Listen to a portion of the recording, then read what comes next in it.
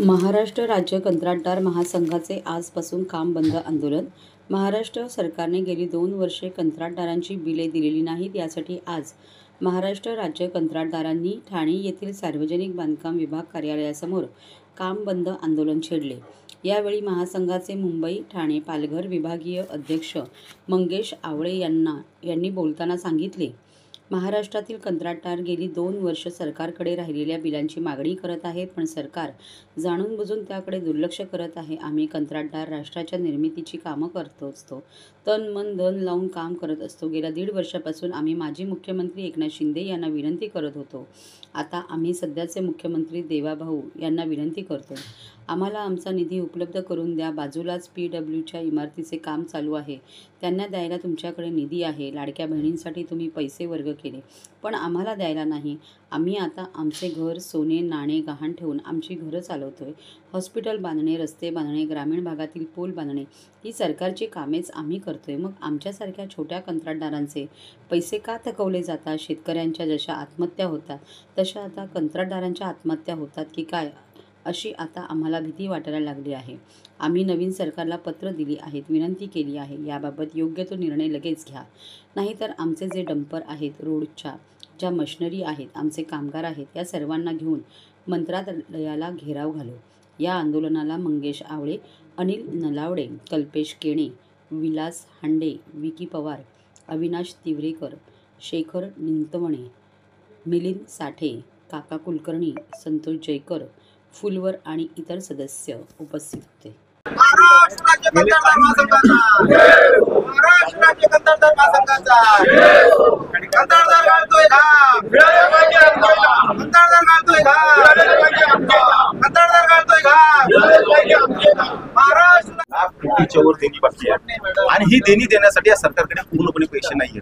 आम्ही वारंवार विनंती करतोय, जशा शेतकऱ्यांच्या आत्महत्या आता होत आहेत तशा कंत्राटदारांच्या आत्महत्या सुरू होतील आणि मला अशी भीती वाटायला लागली की या सरकारला हेच करायचं आहे। मला सरकारला तेच सांगायचं आहे की आमच्या ज्या पत्नी आहेत, आमची ज्या मुली आहेत, त्या सुद्धा लाडक्या बहिणीच आहेत ना, मग त्यांच्यासाठी तुम्ही काय करणार आहात? मला हे म्हणायचं आहे की आज लाडक्या बहिणीला तुम्ही पैसे उपलब्ध करून दिले, चांगला उपक्रम तुम्ही राबवलात, पण त्याचं नियोजन तुम्ही करायला नको होतं का? का नाही सरकार हे करू शकलं? म्हणजे ह्याच्यात स्पष्ट दिसतंय की निवडणुका डोळ्यासमोर ठेवून हा फक्त अजेंडा राबवण्यात आला होता। आज आमच्या आंदोलनाचा 2रा दिवस आहे। कालपासून आम्ही राज्यव्यापी आंदोलन सुरू केलेलं आहे। 5 तारखेपासून आम्ही महाराष्ट्रातली सगळी कामं बंद केलेली आहेत। या सरकारला जाग यावी हे आमचं पूर्ण म्हणणे आहे। अजूनही सरकार जर ऐकत नसेल तर त्याची पुढची दिशा आमची राज्यव्यापी ज्या वेळेला बैठक होईल त्याच्यामध्ये आम्ही घेऊ। त्याच्यासाठी पुढचं पाऊल तेच आहे की येत्या 2 दिवसांमध्ये आमची जी राज्यव्यापी बैठक होणार आहे त्याच्यामध्ये आम्ही कडक निर्णय घेऊ आणि एक चांगलं अनोखं आंदोलन किंवा ह्या बाबतीमध्ये जर कंत्राटदारांच्या कुठल्या जीवावरती काय प्रसंग बेतला त्याला सर्वस्व सरकार जबाबदार आहे। ठाणे जिल्हा जो आहे हा ठाणे जिल्ह्यामध्ये हा ग्रामीण पट्ट्यामध्ये खास करून आदिवासी आहे, इतर विभागाची सगळी माणसं राहतात। याच्यामध्ये हा ठाणे जिल्हा जो आहे हा याच्यामध्ये सरकारी हॉस्पिटल्स आहेत, सरकारी कर्मचाऱ्यांच्या वसाहती आहेत, पोलिसांच्या वसाहती आहेत, कोर्टाच्या न्यायालयाच्या इमारती आहेत, इतर सगळे आहेत। तसंच ग्रामीण पट्ट्यामध्ये गेलो तर आपण तिथे सुद्धा हॉस्पिटल्स आहेत, रस्त्याची कामं करणारी आहेत, साकाव बांधलेले आहेत, पूल बांधलेले आहेत, त्यांना कुठल्याही गोष्टीसाठी यांच्याकडे नाही। अहो, प्रधानमंत्री ग्राम सडक योजनेला यांच्याकडे पैसे नाही आहेत, जल जीवन मिशनला यांच्याकडे पैसे नाही आहेत, जे पाणी पोहोचण्याचं आम्ही काम केलेलं आहे त्यांना पण यांना पैसे त्यांना उपलब्ध नाही आहेत। म्हणजे ह्या सरकारच्या तिजोरीमध्ये पूर्णपणे कडकडाट झालेला आहे। ठेकेदार म्हटलं तर हा विकासाचा सरकारी आणि विकासामधला पाया आहे।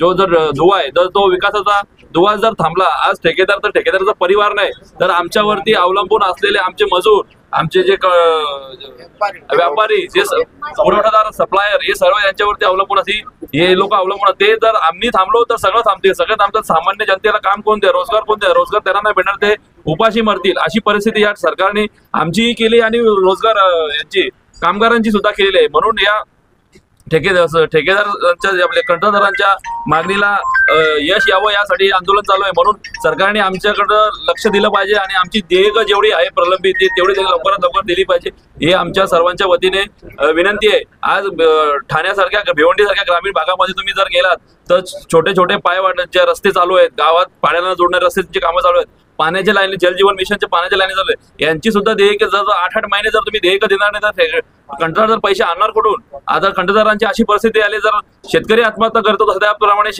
कंत्राटदार काही दिवसात आत्महत्या करेल, अशी परिस्थिती या सरकारने कंत्राटदारांची केलेली आहे।